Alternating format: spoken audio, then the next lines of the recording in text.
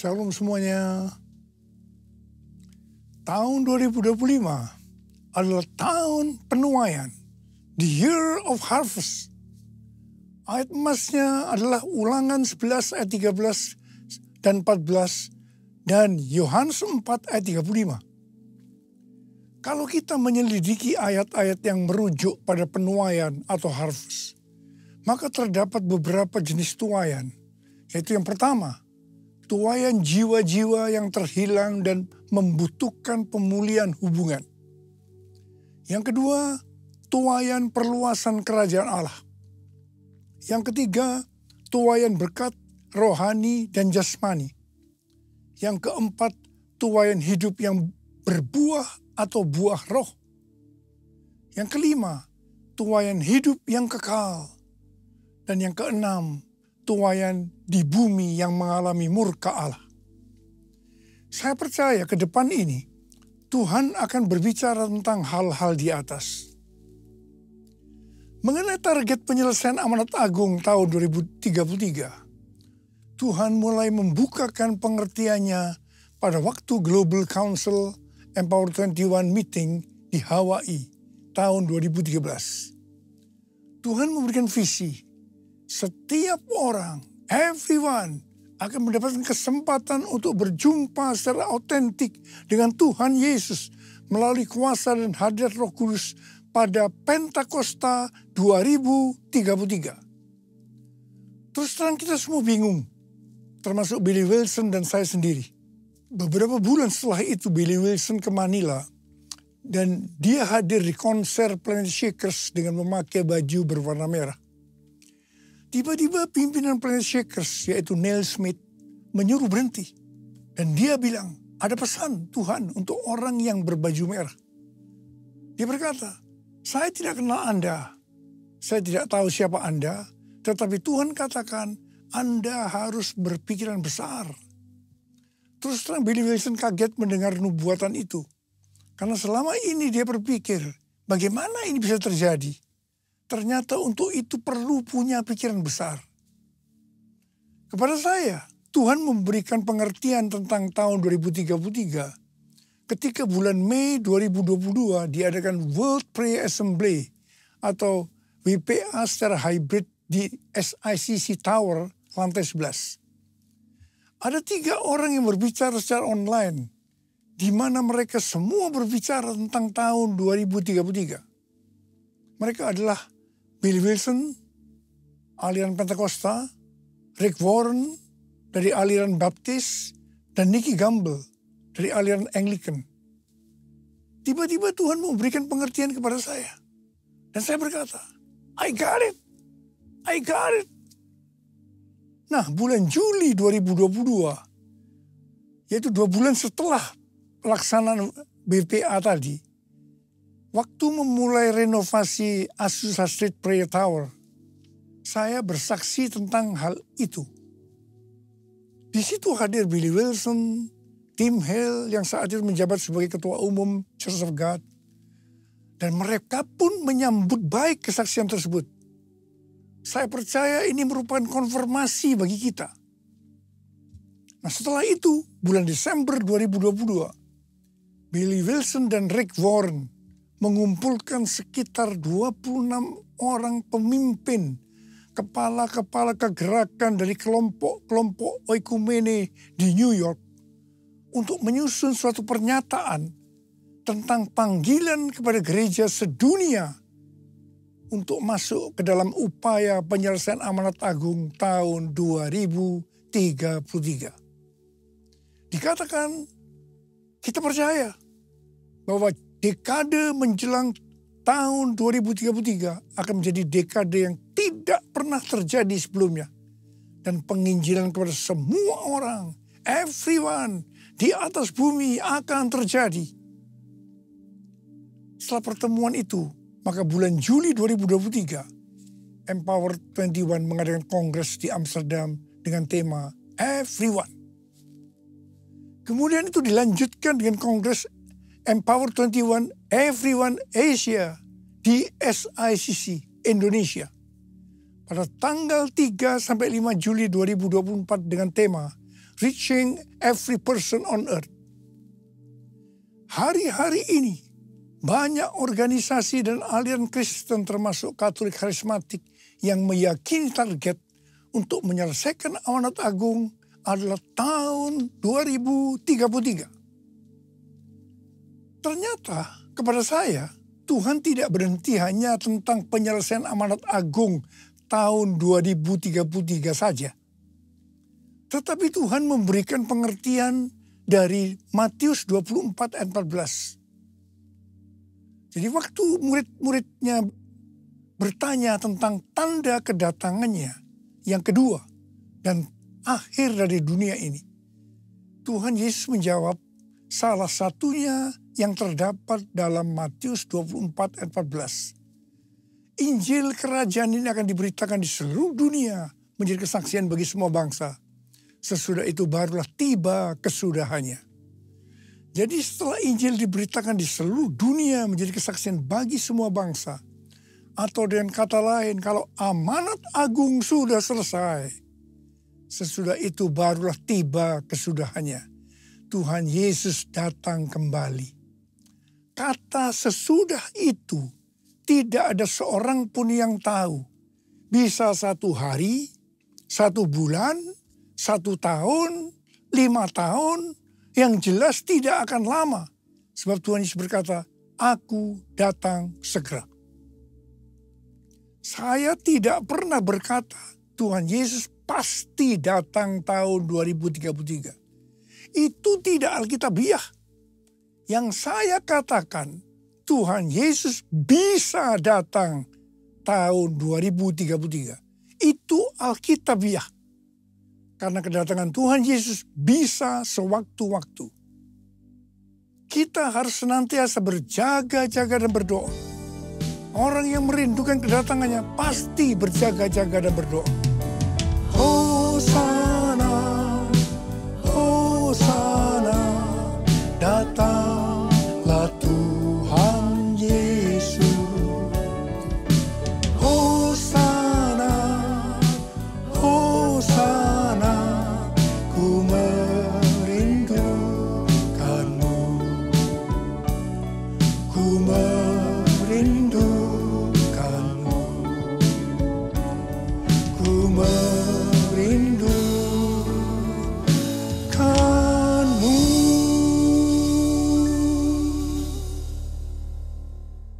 Rick Warren membuat kelompok yang disebut dengan Finishing the Task, menyelesaikan amanat agung, dengan menggunakan pendekatan 4B atau 4B.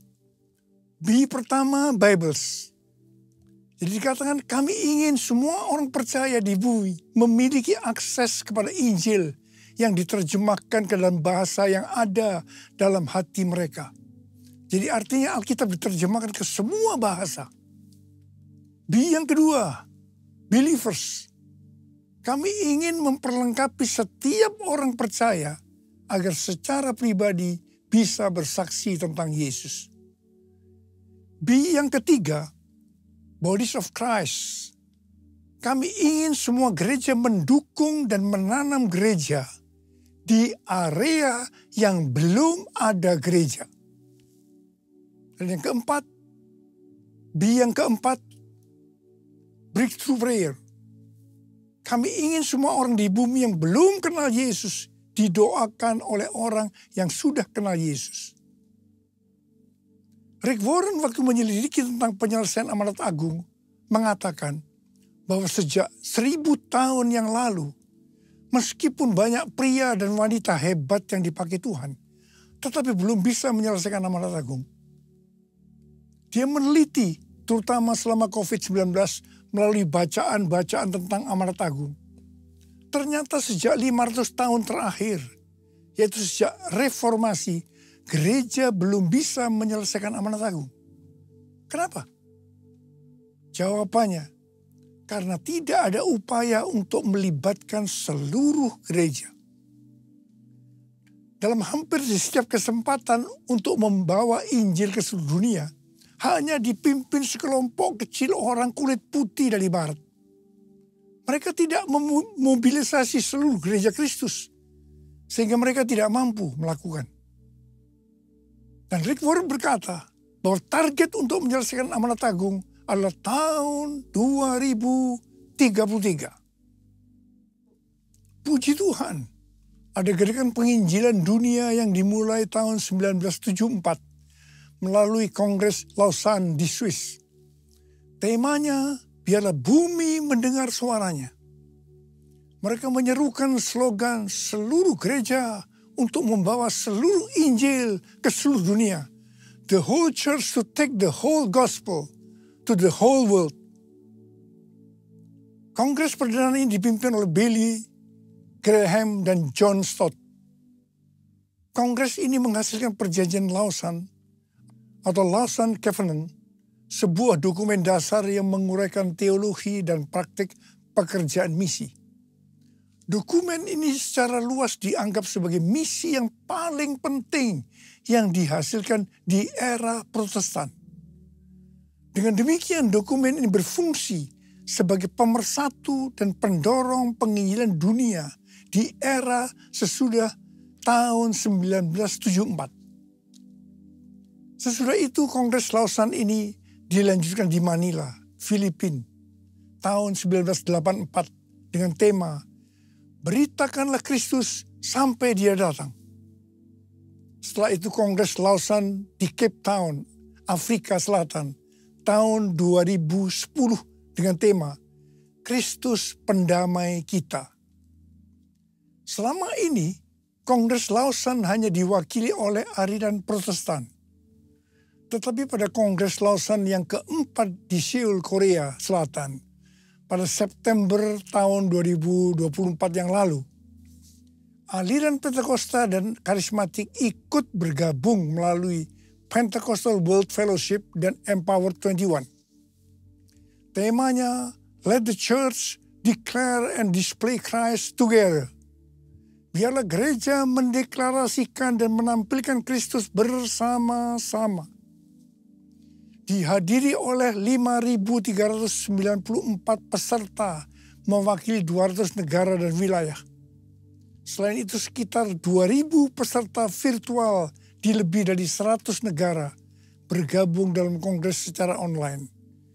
Saya mendapat undangan juga mewakili Empower 21 dan saya memilih sebagai peserta secara online. Declare Christ atau mendeklarasikan, memberitakan Tuhan Yesus adalah aspek utama dari iman Kristen dengan cara memberitakan siapa pribadi Yesus Kristus, kasih-Nya, anugerah-Nya, dan perbuatan-perbuatannya kepada seluruh umat manusia, everyone. Display Christ atau menampilkan Kristus artinya mewujudkan sifat-sifatnya, karakternya, dan ajarannya dalam kehidupan sehari-hari lewat gaya hidup kita. Menjadi garam dan terang, hidup yang berprestasi, hidup yang berbuah, hidup yang menjadi berkat. Dengan cara ini, maka kita akan disebut murid Kristus. Dan mereka yang melihat kita akan memuliakan Bapa yang di sorga. Ini yang harus kita lakukan untuk menyelesaikan amanat agung tahun 2033. Haleluya! Bumi penuh kemuliaan-Nya, bumi penuh kemuliaan-Nya, bumi penuh kemuliaan-Nya. Sucilah Tuhan, sucilah Tuhan,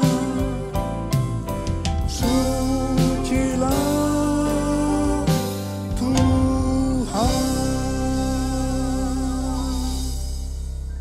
memasuki tahun penuaian ini, kita juga akan mengalami penuaian secara jasmani.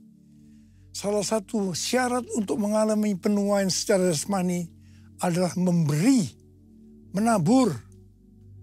Dalam Mazmur 126 ayat 5 dan 6 dikatakan, orang yang menabur dengan bercucuran air mata akan menuai dengan sorak-sorai. Orang yang pergi dengan menangis sambil membawa kantong benih pasti pulang dengan sorak-sorai, sambil membawa berkas-berkas gandumnya. Di sini jelas dikatakan pada saat kita dalam kesusahan secara finansial, justru kita harus menabur supaya menuai dengan bersorak-sorai sambil membawa berkas gandumnya atau berkat-berkatnya. Hal ini juga yang dilakukan oleh Ishak. Pada waktu terjadi kelaparan, Ishak pergi ke Gerar kepada Abimelekh, raja orang Filistin. Ishak tinggal di Gerar setelah Tuhan menyuruh dia tinggal di situ. Sesuai dengan Kejadian 26 ayat 12 dan 13. Ishak menabur di tanah itu.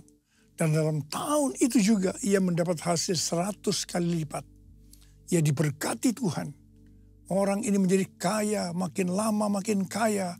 Sehingga ia menjadi kaya raya. Pada masa kelaparan, benih yang ditabur pasti persediaan untuk makanannya.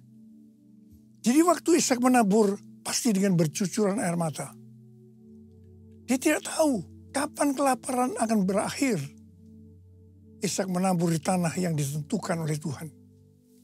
Hasilnya, Tuhan memberkati Ishak sehingga ia menjadi kaya. Makin lama makin kaya, hingga ia menjadi kaya raya.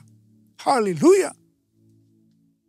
Dalam 2 Korintus 9 ayat 6 dan 7 dikatakan, perhatikanlah ini, orang yang menabur sedikit akan menuai sedikit juga. Dan orang yang menabur banyak akan menuai banyak juga. Hendaklah masing-masing memberi menurut kerelaan hatinya. Jangan dengan sedih hati atau karena paksaan. Sebab Allah mengasihi orang yang memberi dengan sukacita. Sehubungan dengan berkat atau kekayaan yang Tuhan berikan kepada kita, maka ada 3 macam teologi, yaitu yang pertama, teologi kemiskinan, yang kedua, teologi kemakmuran, yang ketiga, teologi penata layanan. GBI menganut teologi penata layanan. Dalam hal memberi, prinsip teologi kemiskinan adalah karena kewajiban. Bisa jadi tidak rela, sedih karena terpaksa. Sedangkan prinsip teologi kemakmuran, fokusnya hanya untuk mendapat sesuatu nantinya. Tetapi prinsip teologi penata layanan, kita memberi, kita menabur karena mengasihi Tuhan. Ini pasti dilakukan dengan sukarela. Dikatakan Allah mengasihi orang yang memberi dengan sukacita. Ada 3 macam respon dari orang percaya dalam hal memberi. Yaitu respon pertama, bagi yang memiliki hubungan yang intim dengan Tuhan. Mereka memberi dengan standar tinggi. Yaitu senantiasa berupaya memberikan yang terbaik untuk Tuhan. Sebagai contoh Maria yang intim dengan Tuhan. Mengurapi kaki Tuhan Yesus dengan rambutnya. Dengan minyak narwastu yang mahal harganya. Yaitu sekitar 300 dinar. Itu merupakan upah 1 tahun bagi seorang pekerja. Jadi sangat besar nilainya. Dan ini merupakan persembahan yang terbaik. Respon yang kedua, bagi mereka yang tidak intim dengan Tuhan. Mereka hanya dapat memahami bahwa memberi persembahan secara materi itu hanya sebagai hukum yang tertulis. Ketika yang lain sudah dengan tekun dan setia memberi persembahan persepuluhan, persembahan khusus, dan persembahan sulung, dia masih sibuk menyelidiki apakah persembahan-persembahan itu alkitabiah atau tidak. Respon yang ketiga, bagi mereka yang cinta uang dan pencuri kas milik Tuhan, seperti Yudas Iskariot, akan mengkritik orang seperti kepada Maria yang memberikan persembahan yang terbaik kepada Tuhan, yaitu minyak narwastu yang mahal harganya, dengan dalih, mengapa tidak diberikan kepada orang miskin saja? Demikian juga mereka yang termasuk orang-orang seperti ini akan menyamaratakan semua pendeta yang mengajar tentang memberi persembahan uang sebagai golongan pendeta yang mencari keuntungan dari jemaat. Bukan rahasia lagi bahwa cukup banyak pendeta yang takut untuk memberikan pelajaran tentang kebenaran, memberi persembahan uang. Apa akibatnya? Akibatnya baik pendeta itu maupun jemaatnya gagal untuk menerima berkat yang terbaik yang Tuhan sediakan. Kesimpulannya, memberi persembahan materi dalam kemurahan hati hanya dilakukan oleh orang-orang yang hidupnya intim dengan Tuhan. Orang yang benar-benar mengasihi Tuhan. Saya berdoa agar berkat yang terbaik dari Tuhan akan kita terima dalam tahun 2025 ini. Karena kita intim dengan Tuhan. Bless the Lord, oh my soul, oh my soul, worship His holy name. Sing like never before, oh my soul, I worship Your holy name. Bless the Lord, oh my soul, oh my soul, worship His holy name. Sing like never before, oh my soul, I worship Your holy name. I worship Your holy name. I worship Your holy name. Lebih dari 14 tahun yang lalu, Tuhan berbicara kepada kita tentang persembahan sulung.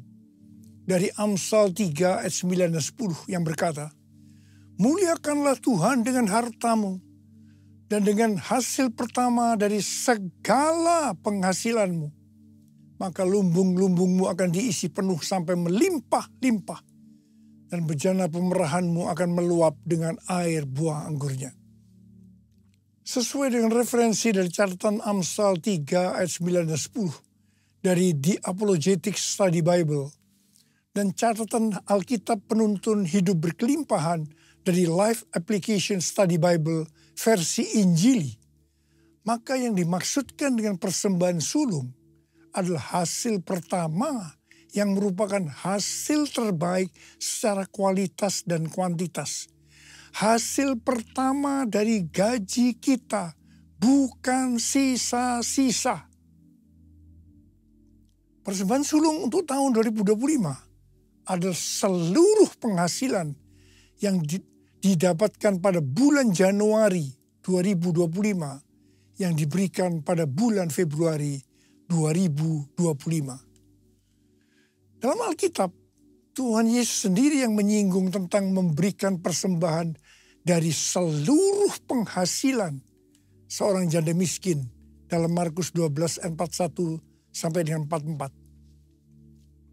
Pada suatu kali Yesus duduk menghadapi peti persembahan dan memperhatikan bagaimana orang banyak memasukkan uang ke dalam peti itu. Banyak orang kaya memberikan jumlah yang besar. Lalu datanglah seorang janda yang miskin dan ia memasukkan 2 uang tembaga, yaitu uang receh terkecil. Yesus memanggil murid-muridnya dan berkata kepada mereka, sesungguhnya aku berkata kepadamu, janda miskin ini memberi lebih banyak daripada semua orang yang memasukkan uang ke dalam peti persembahan. Sebab mereka semua memberi dari kelimpahannya. Tetapi janda ini memberi dari kekurangannya. Semua yang dimilikinya, yaitu seluruh nafkahnya. Di sini Tuhan Yesus tidak melihat besarnya jumlah persembahan. Tetapi berapa persen dari penghasilannya yang dipersembahkan. Meskipun jumlah persembahan janda miskin itu relatif kecil dibandingkan orang kaya tadi. Tetapi Tuhan Yesus berkata, janda miskin ini memberikan lebih banyak dibandingkan dengan semua orang kaya itu. Mengapa? Karena persembahan yang diberikan janda miskin itu adalah seluruh nafkahnya. Yaitu seluruh yang dia miliki. Ini contoh memberi karena sungguh-sungguh mengasihi Tuhan. Persembahan sulung merupakan tolok ukur yang valid untuk menguji apakah kita memberi karena mengasihi Tuhan. Persembahan sulung diberikan dengan kerelaan hati dan ucapan syukur, bukan karena paksaan. Sekali lagi saya mau katakan, bukan karena paksaan. Amsal 11 ayat 24 dan 25 berkata, ada yang menyebar harta, tetapi bertambah kaya. Ada yang menghemat secara luar biasa, namun selalu berkekurangan. Siapa banyak memberi berkat, diberi kelimpahan. Siapa memberi minum, ia sendiri akan diberi minum. Tahun 2025 adalah tahun penuaian baik secara rohani maupun secara jasmani. Kita akan berkata bahwa tahun 2025 akan lebih baik dari tahun 2024. Kita akan mengalami berkat yang melimpah meskipun dunia mengalami kekacauan. Haleluya. Ada berapa banyak di antara saudara yang percaya bahwa tahun 2025 akan lebih baik dibanding tahun 2024. Karena kasih Tuhan selalu baru tiap pagi. Selalu baru tiap minggu. Selalu baru tiap bulan. Selalu baru tiap tahun. Ada berapa banyak berkata, Tuhan saya percaya tahun 2025 akan lebih baik dibanding tahun 2024. Mari angkat tangan kita. Katakan bersama saya. Aku percaya berkat-Mu atasku melimpah. Kebajikan, kemurahan selalu mengikutiku. Ku puji, ku sembah Kau Tuhan. Sekali lagi katakan. Aku percaya berkat-Mu atasku melimpah. Kebajikan, kemurahan selalu mengikutiku. Ku puji, ku sembah Kau Tuhan. Ku puji, ku sembah Kau Tuhan. Ku puji, ku sembah Kau Yesus. Mari angkat tangan kita di hadapan Tuhan. Berbahasa roh.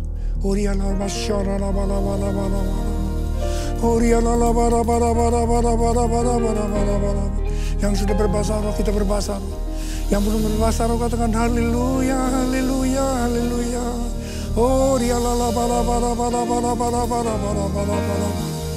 berdoa buat anak-anakmu semua Tuhan. Mereka percaya, kami dengan iman berkata tahun 2025 akan lebih baik daripada tahun 2024. Terima kasih Tuhan. Terima kasih Engkau akan menggenapi ya Aba. Serahkan anak-anakmu dalam tangan-Mu. Berkati mereka, berkati mereka, berkati mereka. Mereka akan menuai dengan secara luar biasa. Berkat secara jasmani, secara materi. Dalam nama Yesus kami berdoa. Haleluya. Amin.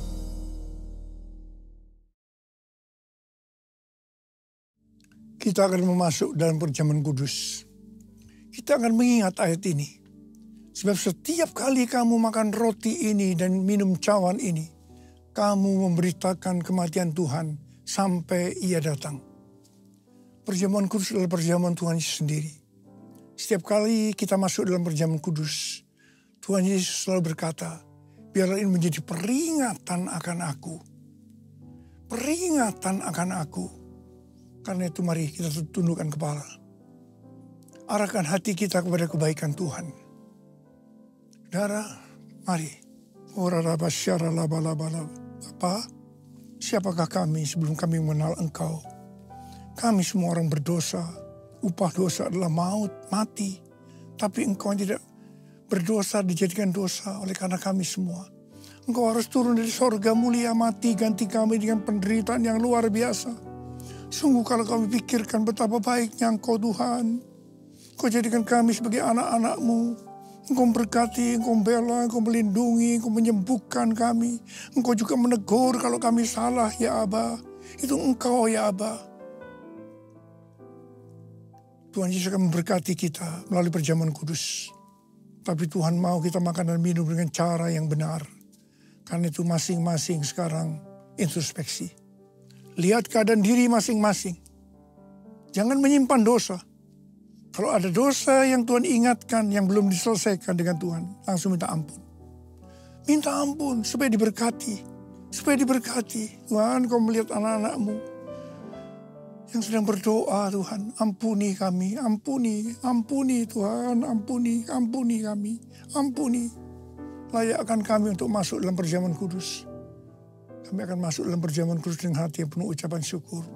Dalam nama Yesus kami berdoa. Amin. Sekarang, mari angkat roti di tangan kanan kita tinggi-tinggi. Sebab apa yang telah kuteruskan kepadamu telah aku terima dari Tuhan. Yaitu bahwa Tuhan Yesus pada malam waktu Ia diserahkan mengambil roti. Dan sesudah itu Ia mengucap syukur atasnya. Ia memecah-mecahkannya dan berkata, inilah tubuhku yang diserahkan bagi kamu. Perbuatlah ini menjadi peringatan akan aku. So yang dikasih Tuhan, bukankah roti yang kita pecah-pecahkan ini adalah persekutuan kita dengan tubuh Kristus. Mari kita makan dalam nama Yesus.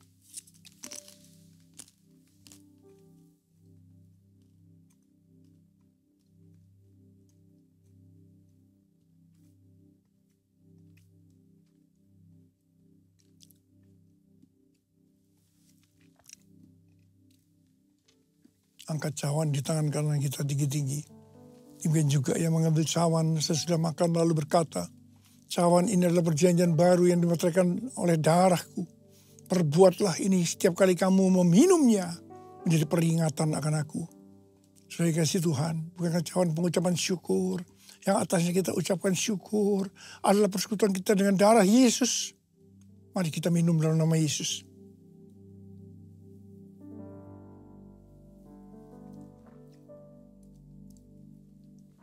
Angkat tangan kita. Ucapkan syukur dengan suara, jangan diam.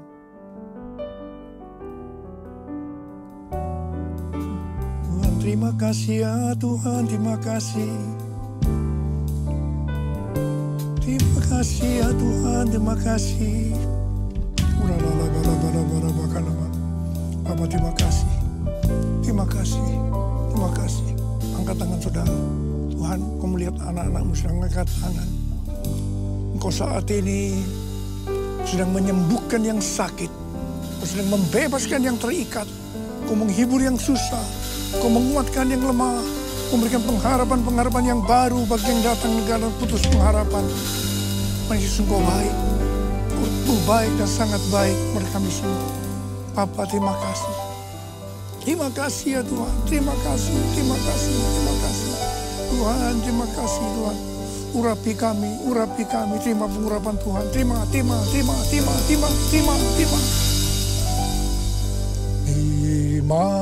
kasih Yesusku, terima kasih Yesusku.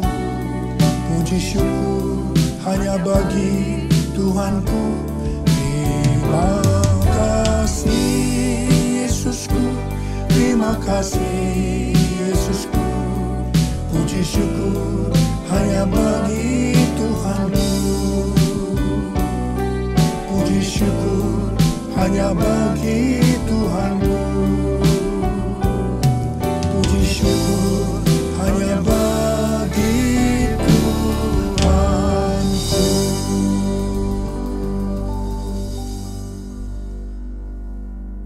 Sekarang terimalah berkat Tuhan.